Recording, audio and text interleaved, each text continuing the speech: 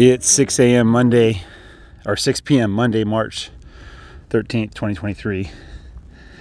And this morning I put them into a pasture with a ton of grass, hoping they wouldn't eat it all to the ground, but they did. They certainly did. Oh well. Yeah, this used to be up past my knees and now it's at the ground, so they did this in one move.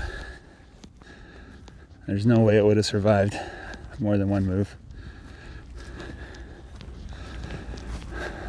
My son's gonna open it up. Yeah, oh well. Hopefully it'll grow back soon. Yeah, this is the long grass right here. Well, they didn't completely destroy it. They left a couple of inches. So, all right, let's let them into the new pasture.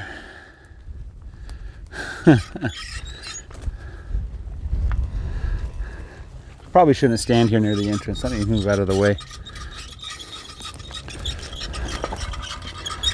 There they go. Tomorrow evening, we're gonna try to move the cows into the pen, sort the bulls out, and then bring the cows back. So I'm going to set up a wire along the fence, try to keep them contained. What is that thing in the field? Is that a rock? Is that just garbage?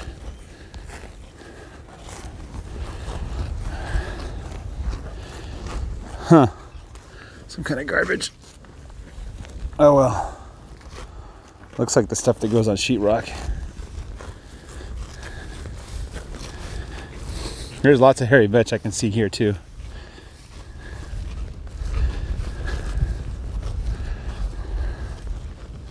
Hopefully hairy vetch likes being grazed too. I don't know. I can only hope. There's a bit of grass right there.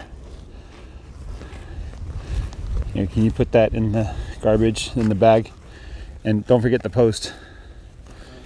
Yeah. There are the two puppies. I'm sure you guys missed them. Yeah, you're supposed to be with the sheep. When I come back to the field, they're always with the sheep. So I think something is happening, but they still prefer me over the sheep. So, number 6. She has a big butt. Let's go take a look at some of the cows here. The grass is pretty good. It's not great. It's pretty good. There's number 20. Remember number 20? One of my cows that was really struggling. Let's take a look at her tail. Still kind of hollow, but it's starting to fill in. Here's number 21. I can tell by the butt wrinkles. Look under the tail there, how many wrinkles she has.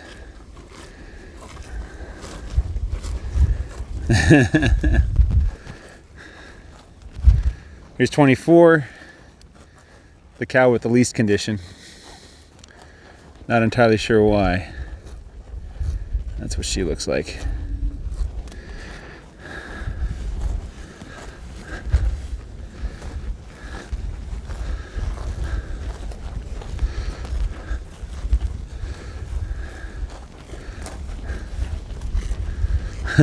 Number 19 is doing pretty good.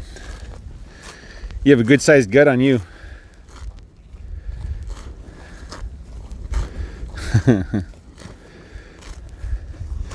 Just chomping away at the grass. That's what they do.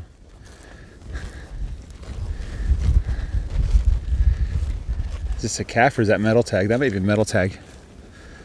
Yeah, that's metal tag. Sorry about the wind, it's blowing quite strongly. I do have the cat fur on. I'll try to hold it close to my body to limit the amount of wind noise. So metal tag's in pretty good condition. The ridge on her back, it's almost flat. Right above the hips there, the ridge is gone. Hips are barely poking out. So she's in really good condition. She has a bit of bald spots there on her neck, but I found that that's just likely due to the fact that she's shedding. it being springtime and all. The weather, it's about 68 degrees. They say that 68 is room temperature, but right now I feel like I'm freezing. I'm going to catch a cold if I stay out here much longer. The wind is blowing pretty strong from the north. Like a brownie. Those hips are disappearing. Commentator asked, why do I have so much grass and why was it so dead last year? Well, we had 2 back-to-back drought years. Last year's drought was particularly bad. I've probably told this story several times already. Hopefully I'm not changing the details. But after the previous year's drought, the winter, we did not get much rain at all. And because we didn't get much rain, spring came late. And we only got a little bit of rain in spring. And then summer came early, so the spring grass just wasn't there. The hay harvest was bad for everybody. Hay prices shot up. I didn't buy hay. But of particular note, by the time summer came around, my soil was already dry. It hadn't recharged from the previous year's drought. And so what little grass that did grow basically drained the last of the water from the soil. And so I ended up with a little bit of grass in the early summer, and then it just kind of turned into a desert. All the grass just went dormant. By July, the field was completely dry. Nothing was growing, which normally July is a good time of year with the summer grass.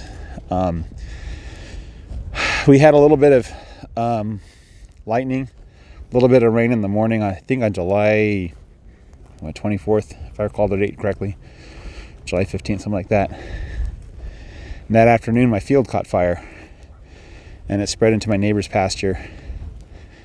And so 1/3 of my pasture was black. It was gone. Thankfully, my chickens were safe. My ducks were safe. It wasn't until late August that we got any rain of any note.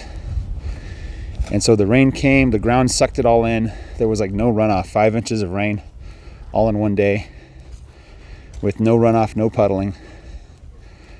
And after that, it was quite a bit of time before we got some more rain. But then September, October, and by the time November ran around, we were still pretty much running on fumes in terms of grass. We did get some of the cool season grass to grow, but not much. Again, the rain came late. So thankfully this winter, we got a lot of rain. More important than getting like a lot of rain all at once, we got rain like every other week. We'd get a good downpour of rain. So every 2 weeks we'd get like a half an inch or an inch. Number 20 is playing with the puppies there. So right now we're back in spring, and it's a little drier than it normally is. There was, I think it was in January, they said there's a risk of drought. We were at D0 in December, I think. D0 is the lowest level of drought, and it just says unusually dry. So D0 is kind of when you start thinking there might be a drought coming again. And the forecast was that unless we get rain, we were going to go back into drought again. D1, D2. I think we got up to D4 in the summer of last year. And D5 is the worst. D5 is like nothing's growing. Everything's dead. So, yeah, I made the foolish mistake of keeping my cows when everybody else was selling. And I say foolish somewhat sarcastically. The reason why cattle farming is so hard in this climate is because people like me that own, 20, 30, 40 acres, they have, 10, 20 head of cow. When they hit the drought, they have to go sell their cows because they can't afford the feed. And they sell their cows at a lower rate. And then when times are good, they don't have the cows to graze the grass, and it's just a bad cycle. So my thought was, if I can keep the cows and survive the drought without selling them, then when the rain comes again, I'll have grass and cows. I won't have to run out and buy a bunch of cows when everybody else wants to buy some cows. So I did not sell my cows because I said, this number of cows with this climate, we should be able to easily support them all. And also I had a little bit of cash reserve, so I was able to buy grain, feed, which isn't ideal, but they don't need hay. Apparently they can survive just fine without hay. So they survived the winter on feed and whatever nibblings they can get out of the ground. And I did have my neighbor's 20 acres. You're looking at it right there beyond the trees. It's I set that aside. I didn't graze it for 4, 5, 6 months. I turned them out in the winter storm because there's a lot of tree cover there, a lot of brush. The ice storm when they were getting cold. And they basically grazed it all in 2 or 3 days. So I took them out again, and I'm going to let it sit there. That's kind of my stockpile. So that's the field back there is where I keep it for 4, 5, 6 months. I don't graze it. It's a little bit more difficult to graze that field because of all the trees, so it's hard to set up wire. And I don't have good water access. I just have the ponds. So I use that for stockpile. And I just turn them out to the whole thing, let them do whatever they want out there for a couple days or a week. So, and they lined up at the gate. They said, we want back to the field. So I took them back and grazed them again. So anyway, that's kind of the story. Why does my field look so green? Well, my field is not particularly special. If you go look at my neighbor's field, they do a more traditional approach to grazing. It looks about the same. I think maybe it's a little better. Maybe my field's a little better in certain places. But I do think that I overgrazed everything.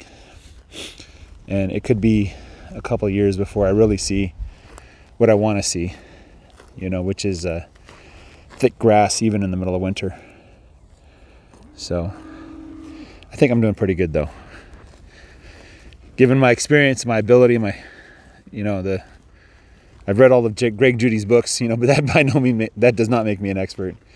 And Greg Judy is very much explicit about the fact that you have to get out there and watch the cows. And you have to experience and see for yourself what happens. And he says it's an art, not a science. Meaning you learn the principles and how things work, but then you have to become an artist. Look at this piece of manure here. Look at that. There's worms and stuff in there. Those are grubs. Some kind of grub was growing in there. Yeah, that's an old piece of manure. That's probably 6 months, maybe 12, maybe 9 months, maybe 12 months. My plan right now is over the next couple weeks, I'm going to wait. This next week's going to be cool. There's a big rainstorm coming. And then after the next rainstorm next week, it should get warm again. And I surmise that when it starts getting warm, that's going to be the latter half of March. And assuming we get warm weather early, 70s and 80s, I expect that the grass will explode. It did it last year, even though there was a drought. The grass will explode. And what I'm going to do is I'm going to start doing, I'm going to rotate through the field very quickly. I'm going to try to get through the entire field probably in a month. So I'll probably be giving them huge areas every day. Okay, Yellow, you're not a bull. Yellow, get off. There you go. That's a good cow. Anyway, give them huge areas. Graze them quickly so that they can only nibble at the grass. And then bring them back around to the beginning. And the goal is to delay the boot stage as long as possible on the ryegrass. And hopefully they'll really pack on the pounds then. And so when I head into late May, early June, and the ryegrass starts to go to seed and starts to dry out because of the heat, well, maybe it'll last even longer because there's plenty of ground cover and it's not so hot downstairs. And then that's the point at which I go to the summer grazing mode. And if I do summer grazing, what I'm going to do is slow down, let them munch through the summer grass and the dead spring grass. And then hopefully we'll get a good bounty of summer grass this year. Anyway, guys, thanks for watching. I know this video is long. I apologize. Have a great day. Bye-bye.